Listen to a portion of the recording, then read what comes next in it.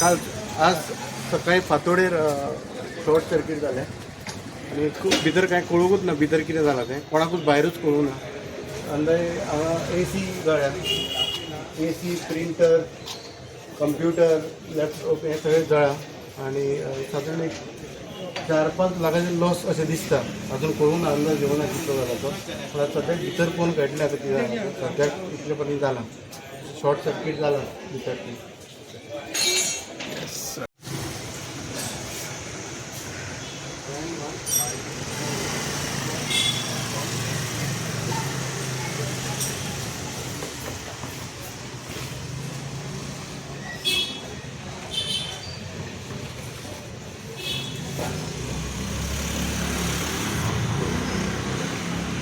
metre चढ झाला metre बंद केला बंद करून दे